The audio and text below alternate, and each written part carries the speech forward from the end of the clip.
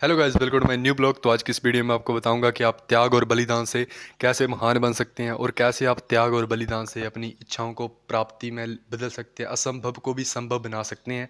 इस वीडियो को पूरा देख के जाना, तभी आपको सारी बातें समझ में आएंगी। जी हाँ मेरे भाई, तो आज हम आपको एक कहानी के माध्यम से समझाने वाला हूँ चीज़ की मतलब त्याग ही जो सबसे बड़ी चीज़ है, समर्पण ही सबसे बड़ी चीज़ है। जो बंदा त्याग करता है, जो बंदा समर्पण करता है भगवान के लिए, उसके पास हर एक चीज़ आती है। आपको एक कहानी समझाता हूँ मैं। हनुमान जी को देखा, सभी ने देखा होना है हनुमान जी की कहानी, सबने सुनी होनी है रामायण में। सारे चीज़ सभी ने ये देखा होना है कि हनुमान जी के पास कितनी शक्तियाँ थी, उनके पास कितनी अष्ट सिद्धियाँ, नौ निधियाँ थी। लेकिन कभी कोई बंदा ये नहीं सोचता है, ये नहीं देखता है कि उन्होंने कितने प्रयास किए थे, उन्होंने कितनी कठोर तपस्या की थी, उसके बाद उनको ऐसी सिद्धियां, ऐसे मतलब वरदान प्राप्त हुए थे। उन चीज़ों को कोई नहीं देखता है, रिजल्ट देखते हैं सब ये देखते हैं कि हनुमान जी के पास इतनी शक्तियाँ थी। कोई ये नहीं देखता कि उनके पास शक्तियाँ आई कैसे हैं, उन्होंने कितनी कुर्बानियाँ की थी उस चीज़ के लिए, कितना समर्पण किया था, कितना त्याग किया था उस चीज़ के लिए। वो चीज़ कोई नहीं देखेगा। चीज़ वही देखेंगे लोग कि मतलब बस उनके पास शक्तियाँ थी, कैसे आई वो किसी को नहीं पता। हनुमान जी ने इतनी कठोर तपस्याएं की हैं जो साधारण आदमी के बस के भी मतलब सोच के भी परे हैं, जिसके मतलब कल्पना भी नहीं कर सकता कोई साधारण आदमी की मतलब ऐसी तपस्या भी की जा सकती हैं। हनुमान जी ने शिव भगवान की और राम जी की इतनी गहरी तपस्या की है जिसको मतलब शब्दों में बयां कर पाना बहुत मुश्किल है। और माँ सीता की और माता पार्वती जी की भी ऐसी ऐसी तपस्याएं की हैं, सूर्य भगवान की ऐसी तपस्या की है उन्होंने, उनसे ऐसी शिक्षाएं ग्रहण की हैं जिनको मतलब कोई साधारण आदमी समझ से भी परे हैं। सबकी मतलब जो आम आदमी होता है उसकी सोच और समझ से बहुत परे हैं वो चीज़ें। अष्ट सिद्धियां और हनुमान जी को नौ निधियां मिली थी, कैसे मिली थी वो किसी को नहीं पता होना है। हनुमान जी को इतनी शक्तियां जो प्राप्त हुई थी सारी की सारी देवताओं ने दी थी।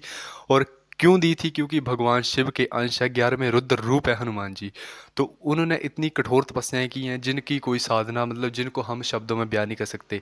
आपने सभी ने एक चीज़ नोटिस की होनी कि मतलब जितने राम जी के मंदिर नहीं है पूरे भारत में, उससे ज़्यादा हनुमान जी के मंदिर हैं। ऐसी ऐसी चीज़ क्यों है? ऐसा मतलब है क्यों है? ऐसा एक्चुअली में क्यों है? मतलब कि जितने सेवक के मंदिर है उससे ज़्यादा तो मतलब गुरु के मंदिर नहीं है जितने सेवक के मंदिर है।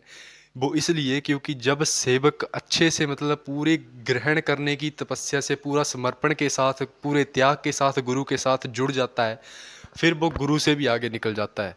फिर मतलब उसको गुरु मतलब गुरु भी पीछे रह जाते हैं लेकिन वो जो शिष्य होता है, जो सेवक होता है, वो आगे चला जाता है। कैसे चला जाता है? कि उसने त्याग और बलिदान किए थे। हनुमान जी के त्यागों को कोई नहीं समझता है।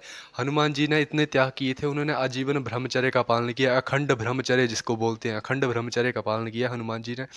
कभी शादी नहीं की है हनुमान जी ने। लोगों में एक भ्रम है कि हनुमान जी की शादी हुई थी स्वरचला जी के साथ। तो वो शादी पूरी की पूरी जो थी मतलब बिना ब्रह्मचर्य को तोड़ के की गई थी। मतलब उस पर उससे मतलब ब्रह्मचर्य पर, हनुमान जी के ब्रह्मचर्य पर कोई असर नहीं था। क्योंकि सूर्य भगवान ने अपनी पुत्री स्वरचला के साथ विवाह कराया था हनुमान जी का। वो इसलिए करवाया था कि कुछ ऐसी शिक्षाएं देनी थी हनुमान जी को जो सिर्फ और सिर्फ विवाहित पुरुष ही कर सकता है। इसलिए वो विवाह सिर्फ और सिर्फ मान्य था, शिक्षा प्राप्त करने के लिए सिर्फ वो विवाह किया गया था।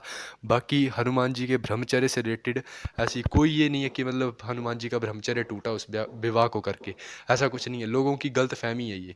तो आपको ये बोलना चाहता हूँ मैं, त्याग और बलिदान से, समर्पण और बलिदान से, त्याग से आदमी वो चीज़ें भी प्राप्त कर सकता है जो असंभव है। जो असंभव लगती है इंसान को वो भी प्राप्त की जा सकती हैं भगवान से, अगर आदमी अच्छे से त्याग और बलिदान करना सीख जाए तो। हनुमान जी ने इतने त्याग किए हैं, इतने बलिदान किए हैं जिनकी कल्पना भी कोई नहीं कर सकता है। विभीषण ने हनुमान जी को ताना मारा था एक बार भरी सभा में कि मतलब आप राम जी को इतना बड़ा मानते हैं, आप ये बोलते हैं कि राम जी हमारे लिए सब कुछ हैं, तो अपना मतलब आपके पास क्या प्रूफ है, कि आपके पास क्या मतलब आइडेंटिफाई है, कि आपके पास कौन सा ऐसा सबूत है जो मतलब आपको ऐसा लगता है कि राम जी मेरे मेरे पास हैं और मेरे पास रहेंगे हमेशा, और मैं राम जी को सबसे ज़्यादा मैं ही प्यार करता हूँ। आप मेरे को प्रूफ दिखाएं उस चीज़ का, मतलब मेरे को ब्यौरा दें उस चीज़ का। हनुमान जी ने भरी सभा में सीना चीर दिया था अपना, ये दिखाने के लिए कि राम और सीता मेरे दोनों दोनों जो है मेरे मतलब छाती में है, दोनों सीने में है मेरे। तो ये सोचो कि अगर वो इतना बड़ा बलिदान कर सकते हैं तो वो मतलब उनको मतलब वो गुरु से भी आगे निकल चुके हैं, इसका मतलब ये सोच लेना। क्योंकि जब विद्यार्थी है ना, अगर वो अपने गुरु के साथ एकदम से अटैच हो जाता है, बिल्कुल जुड़ जाता है और गुरु के लिए कुछ भी करने के लिए तैयार हो जाता है, तो फिर वो गुरु से भी आगे निकल जाता है, गुरु को भी पीछे छोड़ देता है वो हर चीज़ में। इसलिए ये बोलना चाहता हूँ, त्याग और बलिदान, समर्पण और बलिदान, त्याग सबसे बड़ी चीज़ें हैं ये तीन चार चीज़ें ऐसी हैं जो आपको महान बनाने में बहुत हेल्प करती हैं, आपको महान बनाने के रास्ते में बहुत हेल्प करती हैं। इतना ही बोलना चाहता हूँ। जय श्री राम, जय श्री महाकाल।